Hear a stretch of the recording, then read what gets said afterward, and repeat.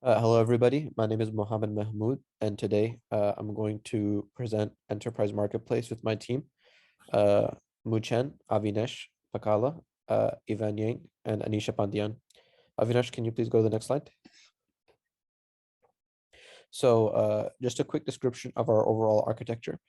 The decision that we made to implement the marketplace was to have a central deployment in Heroku with links to each individual website's market. The backend was stored on AWS, which kept track of traffic going out of the marketplace and towards each of the individual companies. Can you go to the next slide? I think Ivan will present this. So we have 5 features: user registration and login, and we have a user history table to track user activity across individual sites in the marketplace. And then on the product list page, we can see the top 5 visited products in each member company, and in the homepage we can see the top 5 visited products in the marketplace, and the user can leave reviews for the products. Next. For extra features, we added the Google login authentication. We also added top 5 products for best rated average for each member company in the marketplace, and the top 5 products for best rated average in the whole marketplace. Technical challenges we faced were Ajax call to backend PHP to record user visits information and update database through jQuery, Bootstrap importing in subsections of page, overwriting existing CSS styles, configuration of API services in GCP to enable login through Google, and connecting the Google profile information to existing users table in the database. The non-technical challenges we faced was time delay in connecting the pages. So for the technical challenges, we have a go to product button that will trigger a backend writing to the database. But we don't want to use a form submit on that button. So we used a Ajax call to record the event. So whenever we click on the button, we have a click event, and then we used the jQuery's Ajax library to call a specific PHP file, and that file will record this user click to the database. So we were able to record which product the user has visited. And in addition to that, the Ajax call also does not block the flow of our UI. Another issue was that we had to use Bootstrap UI in some of the subsections of the product page, but when we import it into the whole product page, it actually overrides the CSS styles for the other part of the page. And the solution was that we had to put inline CSS styles for the rest of the page so that it will not be overwritten by the Bootstrap UI. Another issue is that the configuration of API services on GCP to enable logging through Google API and connecting the Google profile information to existing users table. For the non-technical part, since each member of our group are working on different pages or different sections of the pages, so when we need to connect each section, we actually had to come up with a overall plan to have the same format for each API and each path parameters and stuff, and that actually took some time for us to configure it. Okay, let me start the demo now.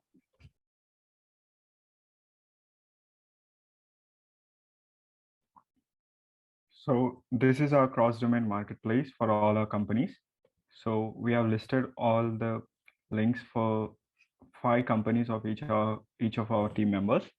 So we also listed the top 5 visited products in our marketplace. So in each company, you can visit the site. I'm just clicking on this. So this is our company page for the company Alopecia. We are showing the product list for each company. We also show the top 5 visited products, and also we show the top 5 rated average products. So let me click on each of the product and go to the product page. So this is a product page for this product. We have the description for this and reviews. When you click on go to product, it goes to the member company page. Now let me go back to the home page.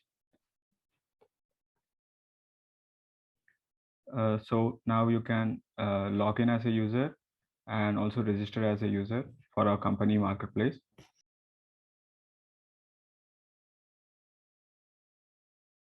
So let me now register. So we have 3 fields: username, email, and password.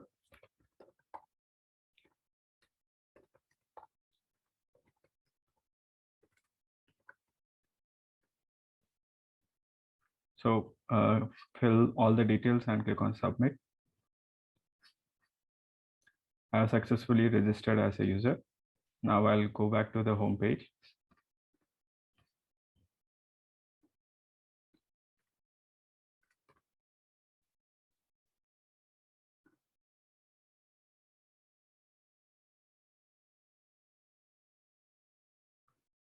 Now let me show the login.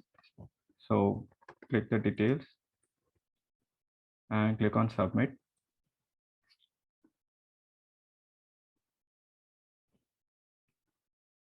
So now we have logged in as Avinash.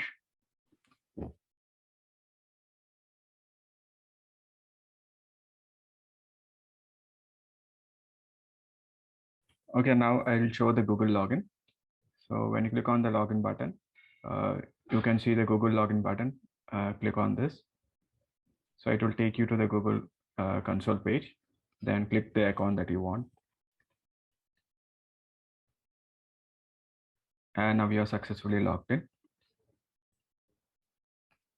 And now Mew can explain the functions of our marketplace when the user is logged in.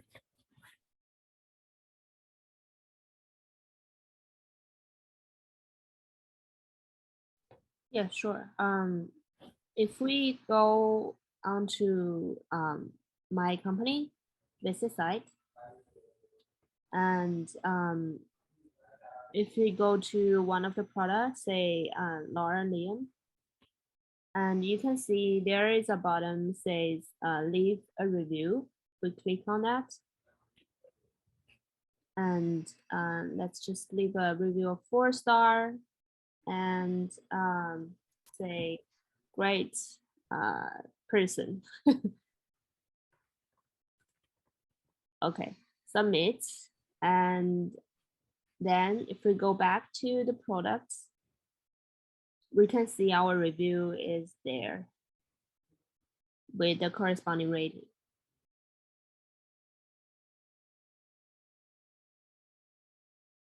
So if we go to my website, and if we say now we can see we have like top 5 visit products, and the top first is Lauren Lian. It has a visit times of 16 times. So if we click into Lauren Lian and we go to the product, click go to product, and we will open a new window with the actual product.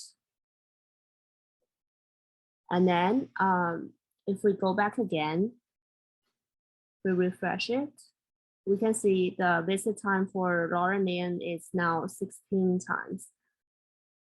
And for the top 5 rated products, if we right now the top first is Zachary Chandler. And if we go into Zachary Chandler, and then I leave a review of 1 star and say,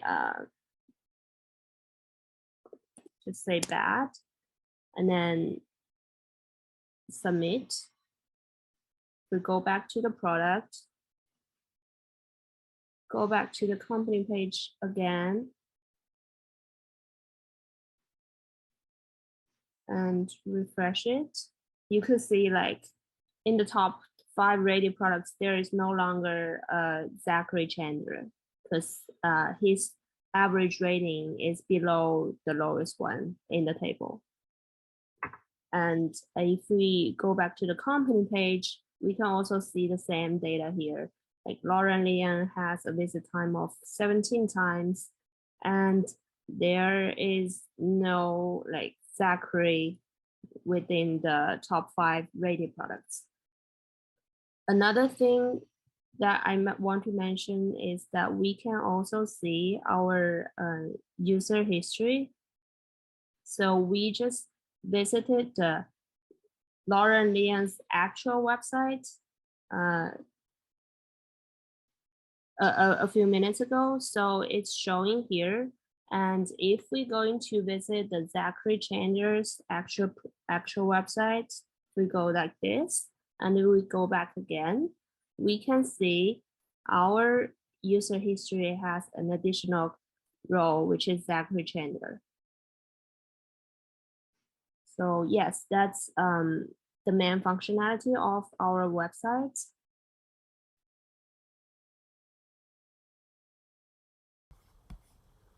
So I have 2 different browsers. Each browser has different user logged in. On the left side, the browser is demo, and on the right side, the browser is the user is test. So first, we go on the left side.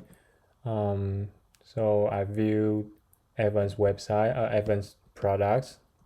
We can see the user history here is empty, and then we click on biology, and then we go to the product. Here is the individual website with the different domain, and then refresh the page. Then you can see in the user history we have biology class here, and then on the right side, let's visit Evan's website too. And then here is the user history. We have art, Chinese, and math. Let's click on the biology class and the chemistry class too, and then go to the page.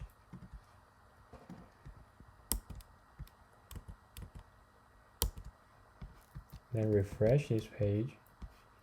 You can see the history, the user history shows that we visit chemistry class and biology class just now. And then for the top 5 visited products here, the ranking is slightly different because we haven't refreshed the page. Let me refresh it. You can see the biology class shows visit times 2.